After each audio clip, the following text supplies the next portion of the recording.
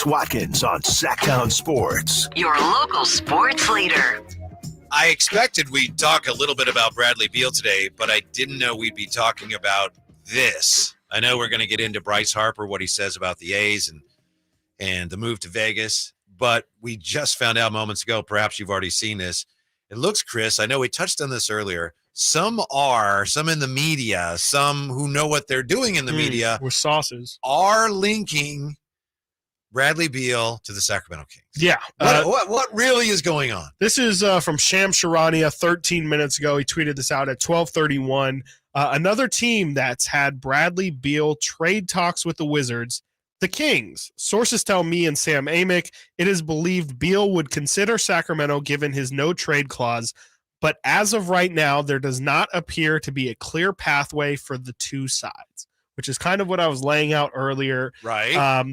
The contracts just would be really, really tough to match. If that's true, I'm stunned that it's true. I'm stunned. Yeah. I mean, we were talking about it earlier. It kind of doesn't. I was embarrassed to even bring it up. It really doesn't make much of any sense for Sacramento. I mean, that cap figure 60. Bradley Beal has a player option in the year 2026 for $57 million.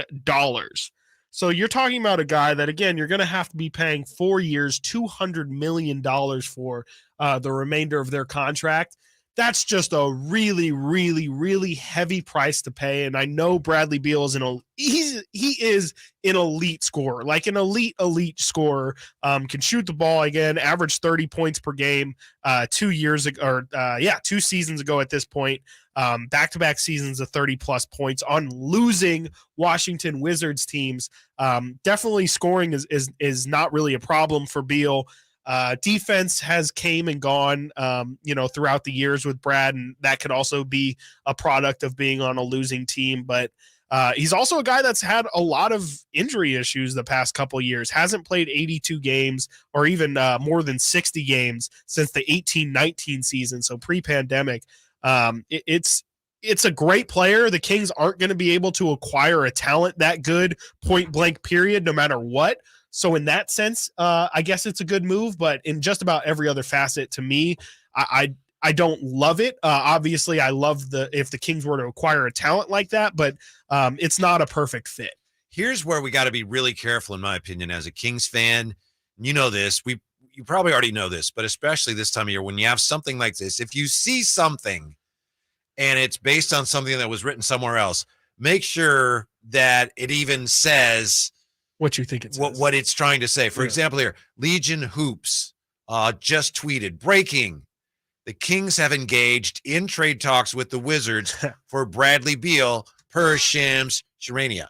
But that's not what he said. That's not what he said at all. That is not at all what Shams wrote. No, he said that there's been talks, and it's that Beal might consider Sacramento waiving the no trade, but it also clearly says there does not appear to be any pathway for this deal to happen between these two sides. So it's also just completely leaving out the fact that, they discussed it and there was maybe a call made, but there's not actively engaged in trade conversations. Trade talks. Yes, absolutely not. No, there's no conversations engaged happening. In talks, I think is overstating it. And even if they were, stunned. This could not happen until free agency anyway, because they wouldn't be able to get this done without Harrison Barnes' new contract, which at this point, I mean, if you're going to match it with Beal's, it's got to be 20 plus million. You're going to have to throw in Rashawn's contract, maybe first round picks. I don't think first round picks with Beal's heavy number, but maybe a guy like Kevin Huerter. But if you're the Wizards, it's like, if we're going to do something, we want to do it before the draft. Right. Exactly. Because you kind of want to know what you have laid out there. But I just don't think, unless there's a pathway that I don't see. Beal and Kuzma are both coming. That's interesting. I mean, I don't financially, that would be an absolute nightmare to try and match all that. But I mean, I think to me, that makes me a lot more excited about bringing in Beal if you're bringing in both. It's kind of the same as the Sasha thing where can we bring Zinger too? Oh, he's no, let's do it all. Let's just be the Sacramento Wizards. Why not? I think it's interesting that that's coming out now. And with these things, I always wonder too, who's leaking that? What side benefits more from or who at all benefits from that news being out? And why are we Yeah. learning about this? Yeah. Like there's always incentive behind the public now knowing. Yeah. Like things, Shams learns things and doesn't always tweet them out. Why is this something that was tweeted out? I got to walk back what I said as far as Legion Hoops, because, Shams' tweet does say another team that's had Bradley Beal trade talks with the Wizards, the Kings. Yes. So it does say, and I apologize, they have had trade talks with the Wizards. But what does that even mean? Like, we don't know what that could literally just be, hey, we heard Brad Beal's available. Like, what would that take? Mm-hmm. And it could be as simple as that. Like, that is a trade discuss. Like, it doesn't ever say they're really, I don't know. It's those things can be parceled however they want. But it is believed, and that's where it gets sketchy. It's fine. Sam's sourced on this as well, mentioned, right? And he's obviously very well connected. Yes. To things. It's believed Beal would consider Sacramento, and that's where who believes that, and is it true? But still, well, how about that? I'm still stunned that we were even at this point on the whole thing. I think the most surprising news of that all is that Beal would be okay with coming to Sacramento. Honestly, I think in a weird way that's a massive win for Sacramento, as now Dwight Howard has said that he would like to come to Sacramento. I know obviously Dwight's not the figure that he used to be, but that's still a guy who contributed to a championship team a couple years ago. For him to go out of his way to say, I want to come to Sacramento, or I'd be willing to come to Sacramento. And now we see Bradley Beal saying, yeah, I'd waive my no trade clause to go there. I think that's a sign that things have truly changed here in Sacramento in just the course of a year. Like, I think that's massive. If the Kings have engaged in trade talks with the Wizards on Bradley Beal, that's gangster. That's pretty gangster. That's pretty gangster by Monty McNair right there to try and pull. And if he can pull that off, that's also honestly, it can't be real, can it? I mean, I just don't think so. Somebody may have mentioned something to somebody, but as far as the Kings as a realistic possibility for a Bradley Beal trade, I don't see how that can be real. I don't either. I just think that other teams also will just throw more assets. Again, that's always been my thing with the Kings and how they're going to try and acquire more talent at this point. It's just other teams have a lot more assets than the Kings do that they're willing to part with. Like, the Kings have their own picks. They have the 24th pick this year, and really their only young assets are Davion Mitchell, Keegan Murray, and Kessler Edwards. And that's those guys hold a certain, they're not really super high valued guys. That's a huge piece of this. Look at this from DraftKings Nation yesterday.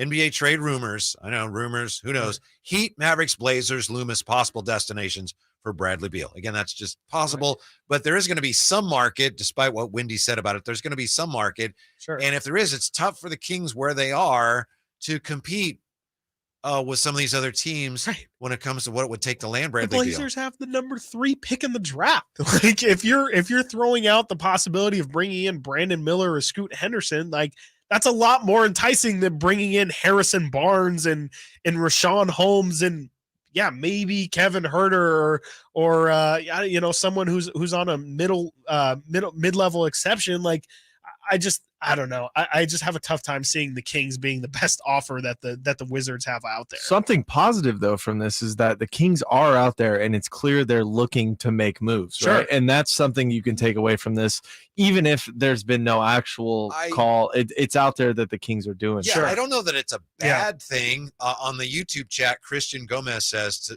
agrees with you, Nate. I think the Kings benefit from this news just as an eye-opener to the rest of the league that they're here and they're legit. But this doesn't sound like the type of methodical, well thought out, incremental improvement type move that I associate with Monty McNair. Yeah. And again, like, just fit wise, why is a guy like Bradley Beal the position or the kind of guy that you think the Kings really need? Like, Brad, again, he's an okay defender, been a good defender at best.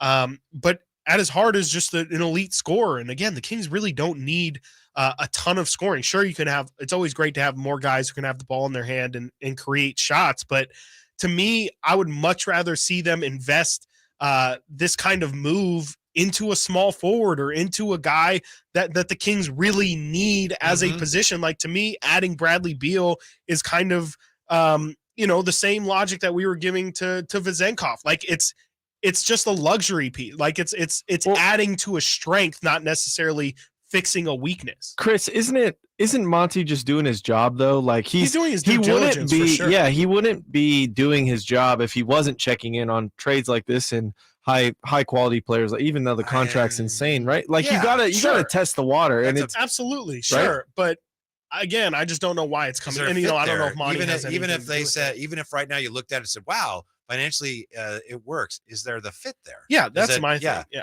I mean, absolutely, you want to see Monty having, like, again, yeah. This is like not a no-brainer. Boom, makes you a lot better. Right. So I'm confused by it. Yeah, I mean, I don't want to give Monty too much credit for doing his job, essentially, but yeah. I mean, it's also good. Possible he didn't have anything to do with this. Also a good point. Yeah, I mean, this could be Wes Wilco. Who knows? Like, I think it's strange that we're hearing about this. Also, like, we haven't heard. Miami Heat we've heard Miami is the best potential suitor, but there has been no direct, the Miami Heat have engaged in talks with Bradley Beal. It's just really strange to me that we're hearing now that the Kings are the first team that has really expressed apparently this level of interest in Bradley Beal. It's Holmes, really weird. Harrison Barnes, the 24th pick. I think the Beal deal, I think there's a real good chance whoever ends up being the other team or teams, I think it's going to be multi-team.